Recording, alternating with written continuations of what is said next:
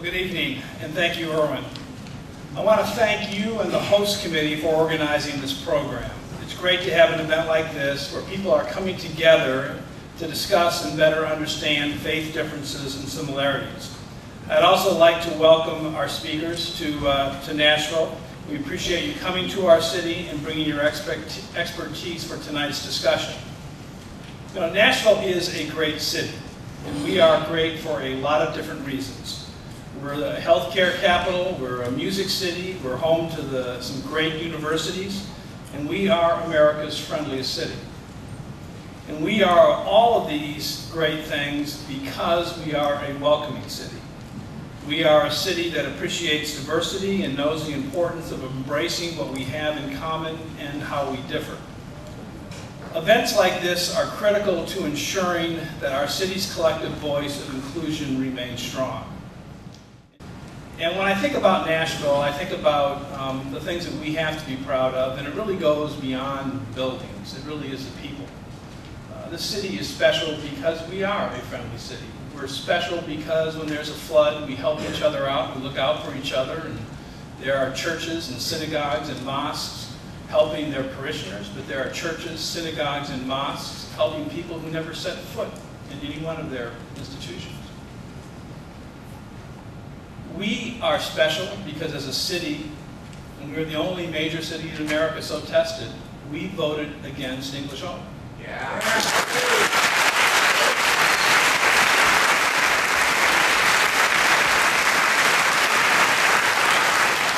It occurred to me that one of the themes about Nashville that we all take pride in is our friendliness and how welcoming we are. And I stopped and thought about how one of the reasons we are so friendly and the reasons we are so welcoming is our faith. And that faith involves Christians and Jews and Muslims, and even involves those who have no faith as we understand it. But Nashville has a lot of religious institutions and a lot of churches. And that is an important part of who we are, and I think you feel that when you see how people just care about each other. So I think tonight's discussion is vital, and I am so honored to be asked to speak some welcoming words, and I'm so honored to be up on the stage very briefly with such a distinguished panel. Thank you. Now to our speaker. We are pleased tonight to have Mark Polavin, Associate Director of the Religious Action Center of Reform Judaism. The Religious Action Center is affiliated with the Reform Jewish movement. It advocates on a broad range of social justice issues. He is recognized for his expertise on issues concerning the separation of church and state. Since 1999, Mr. Polavin has also served as the Director of the Commission on Interreligious Affairs of Reform Judaism. In that capacity, Mr. Polavin represents the Reform movement in dialogue with other faith communities, assisting rabbis and Jewish communities in developing effective interreligious programming. Please join me in welcoming Mark Polavin to Nashville. Hine ma tov v'umanaim, shevet achim gam yachad. Those are the words of one of the first Hebrew songs that most Jewish children learn. They come from the first verse of Psalm 113. Hine ma tov, behold, how good, how lovely. Umanayim, and how pleasing. Shevet achim gam yachad, when brothers, I would say brothers and sisters, sit together in unity. Hine ma tov umanayim, shevet achim gam yachad. I want to suggest that tonight we take that psalm as our touchstone. That we keep its lofty but reachable goal in our mind's eye. And that our discussion tonight focus on the journey from where we are to where we want to be. In that place where we all sit together in unity. I don't know how many of you were fans of the early days of the David Letterman show. I love the early David Letterman show. Letterman used to do a feature called Limited Perspective. In Limited Perspective, he would interview, say, a shoe salesman who would review a movie by talking only about the footwear choices. You might have a barber talk about a Broadway show from the point of view of the haircuts. I believe we all approach things with a somewhat limited perspective. So I have to let you know tonight that I approach these issues as an American Jew, as a member of a minority community, as someone who's worked in constitutional law, and someone who's firmly committed and believes strongly in the power and importance of interreligious dialogue. My friends, I think that we must begin our conversation here tonight by acknowledging, as you've heard already, that this is not a time in the history of our nation or our world where people sit together in unity. I suppose we could have an interesting debate about whether there has in fact ever been such a time. But I'm afraid that we'll all agree that today is not that time. We see disunity, which I think is a word. We see disunity everywhere we look. And I come to you tonight from Washington, D.C., where unity is, of course, a distant goal, almost a joke. I'd settle for comedy, for tolerance. Most days, I'd settle for politeness. But even as we look around the world, we look at the sectarian violence around the world, the killing again in Afghanistan yesterday, we know that there are so many places where sectarian violence is a daily event.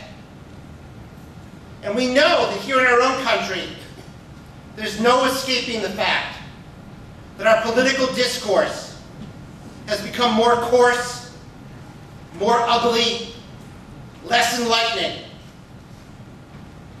There are lots of reasons for that.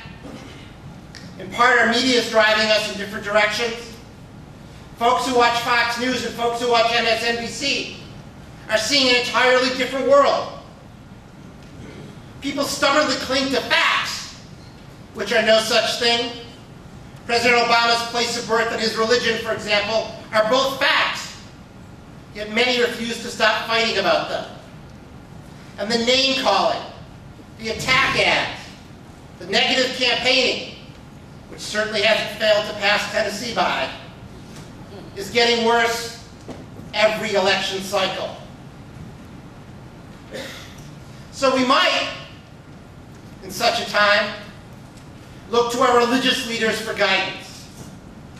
And to be sure, and as we'll talk about, they are often able to provide just the type of leadership we need.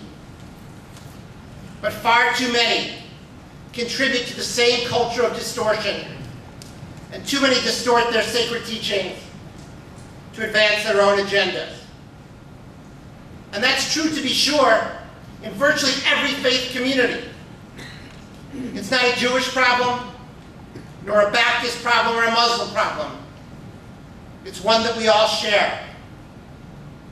But there's something more, to me at least, something especially galling about those who cloak their hatred in religious garb, or those who use their standing as members of the clergy to advance such views. I know, for example, with sadness, that imprecatory prayers, prayers that ask God to kill or otherwise harm others, have become all too common in recent years. Reverend Stephen Anderson in Tempe, Arizona, told his congregation that he prays that President Obama dies and goes to hell. In a sermon last summer, Anderson said, "Do you want to know how I'd like to see Obama die? I'd like to see him die of natural causes. I don't want it to be a martyr. We don't need another holiday. I'd like to see him die, like Ted Kennedy, of brain cancer."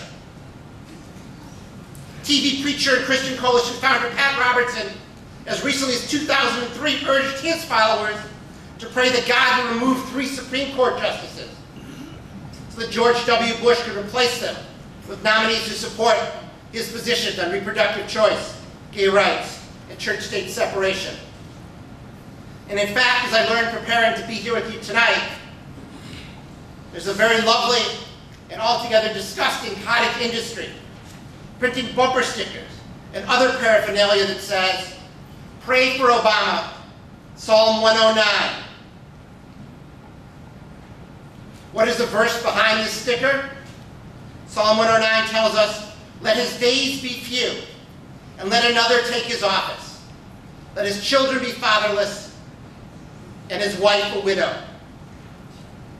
We live in a time when people are taking our sacred texts and using them as weapons of hatred. And it's clear that our religious community, and our Abrahamic faiths in particular, are sadly not immune from one of the great challenges of our day, the challenge of extremism.